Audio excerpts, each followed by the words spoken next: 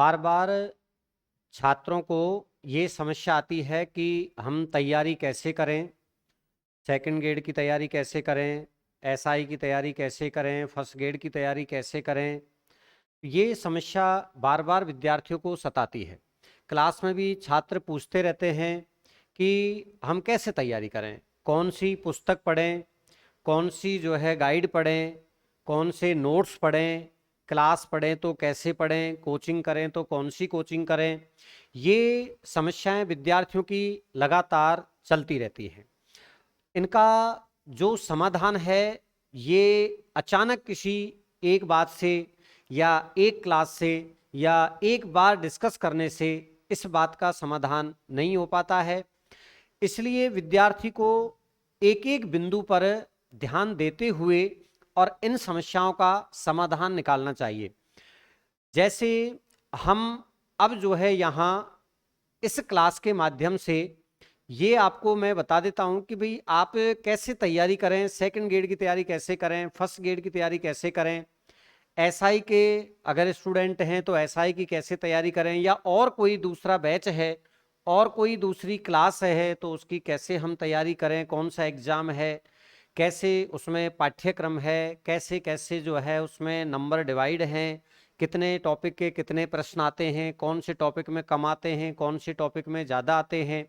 ये सब जानकारी आपको जो है, मैं हिंदी और संस्कृत दो विषय हमारे यहाँ से चलते हैं तो दोनों विषयों की मैं आपको ये जानकारी देता रहूँगा। अब सबसे पहला तो ये आता है हमारा कि हम तैयारी कैसे करें। तो पहला विषय ये है कि सबसे पहले हमें जो आपका एग्जाम है उसका सबसे पहले आप अपना पाठ्यक्रम देखिए। जिसकी आपको तैयारी करनी है उसका सबसे पहले आप जो है अपना पाठ्यक्रम देखें।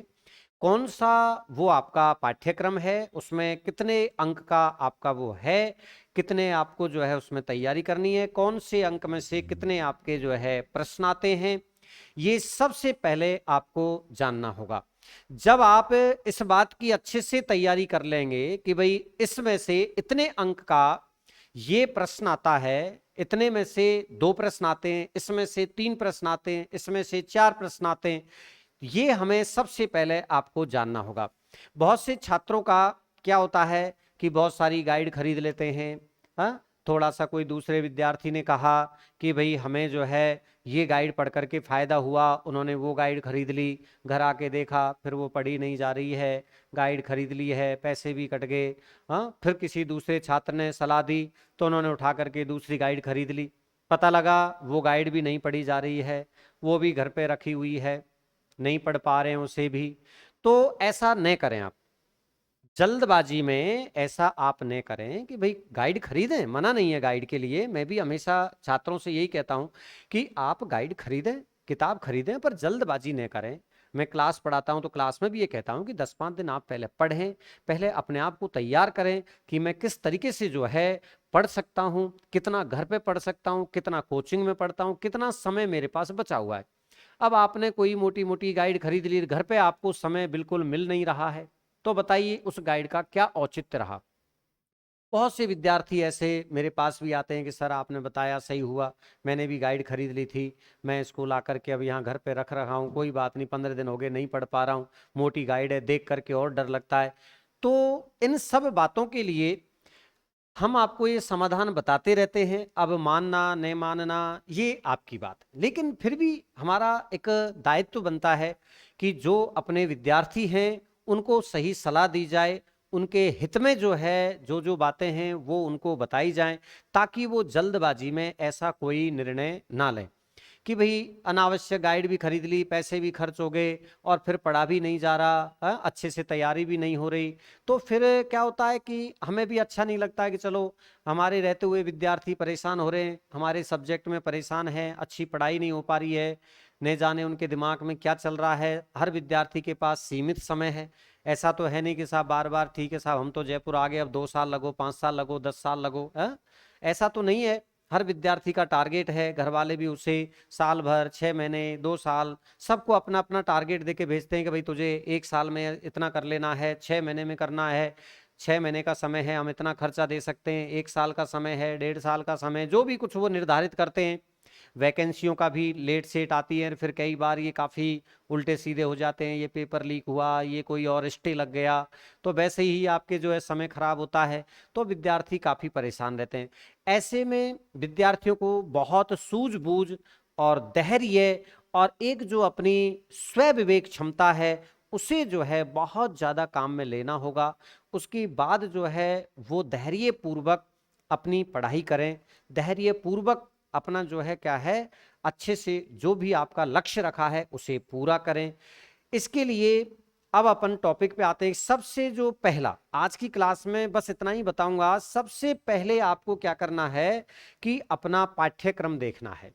जहां भी नोट्स बनाएं, जो भी अपनी स्टडी करें, सबसे पहले अपने पाठ्यक्रम को लीजिए।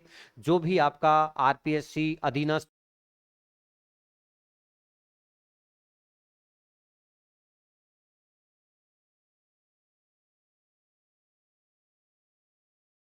देखते रहें। इसके साथ साथ आपको क्या करना है, बीच बीच में जैसे ही समय मिलता है पुराने पेपर आप देखते रहें।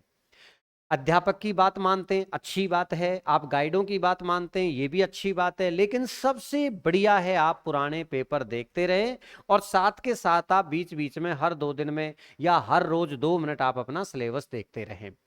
पुराने पेपर और सिलेबस इसको बार बार देखने से आपके मन में क्या रहेगा कि हम जिस टॉपिक को पढ़ रहे हैं उसमें से कितने नंबर के कितने प्रश्न आते हैं।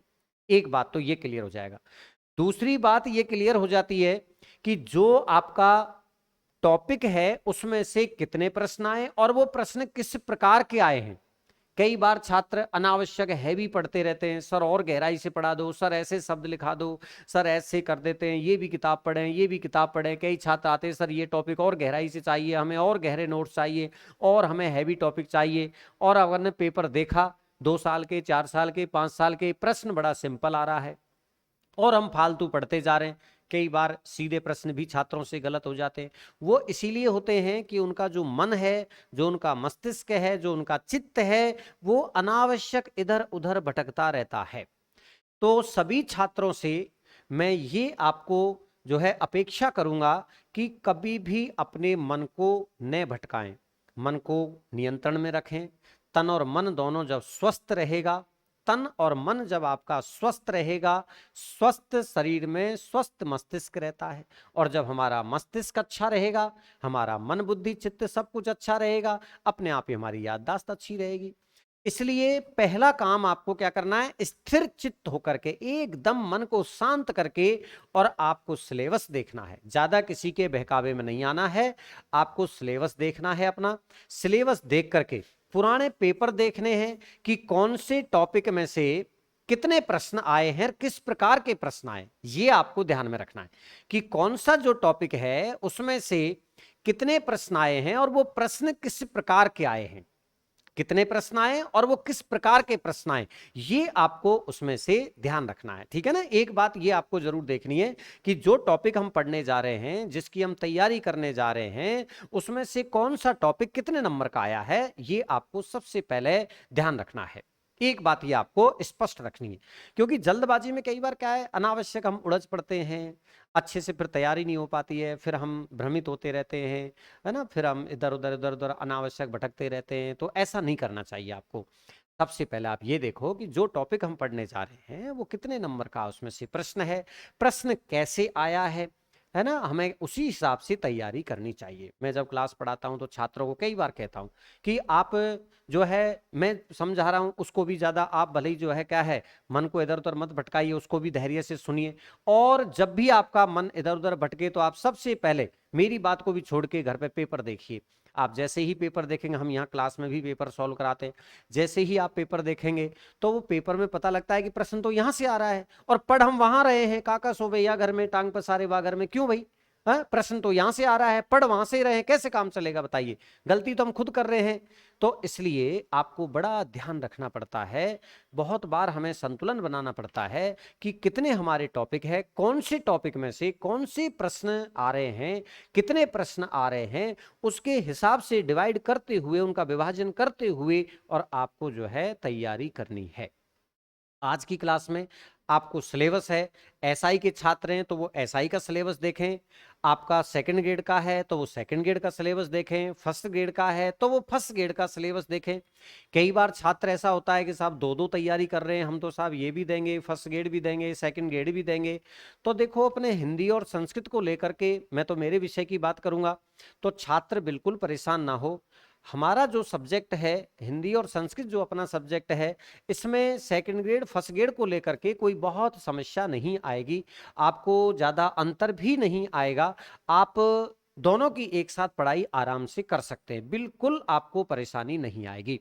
आराम से आप दोनों विषयों की पढ़ाई कर सकते हैं, आपको 1% भी ऐसी कोई समस्या नहीं आएगी। ठीक है ना, दोनों की पढ़ाई आप आराम से कर सकते हैं, बिल्कुल चिंता ना करें आप। तो यहां पर जो सेकंड ग्रेड और फर्स्ट ग्रेड के जो छात्र हैं वो सबसे पहले अपना सिलेबस देखें।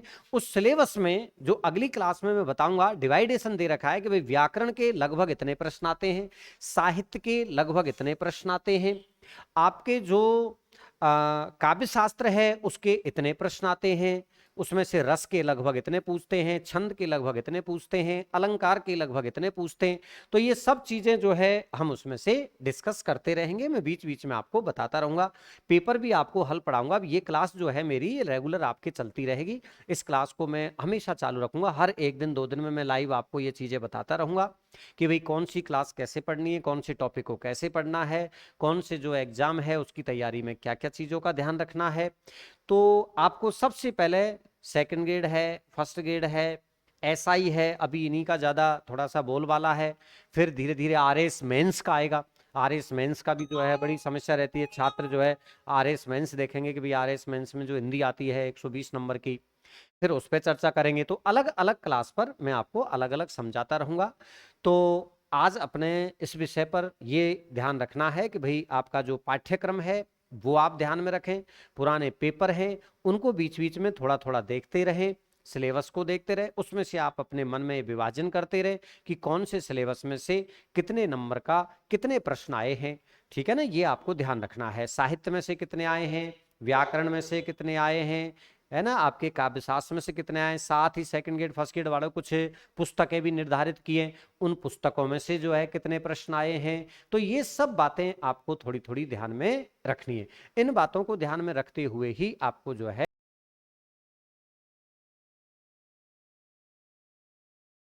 आपको अगली क्लास में ये बताऊंगा कि भाई कौन सी पढ़ाई के लिए कौन सी पुस्तक खरीदें, नोट्स बनाएं तो कैसे बनाएं, खुद बनाएं तो कैसे बनाएं, किसी से खरीदें तो कैसे खरीदें, ये सब बातें मैं आपको धीरे धीरे समझाऊंगा। ठीक है ना, आज की क्लास में आपको जो भी तैयारी करनी है उसके लिए सबसे पहले आप सिलेबस को लेके बैठें, अपने जो पुराने पेपर हैं उन पेपर्स को लेके बैठें और उन पे थोड़ा थोड़ा देखें। ये कोई ज्यादा टाइम नहीं लेना, कहीं पता लगा सिलेबस पेपर में आपने 1 घंटा निकाल दिया,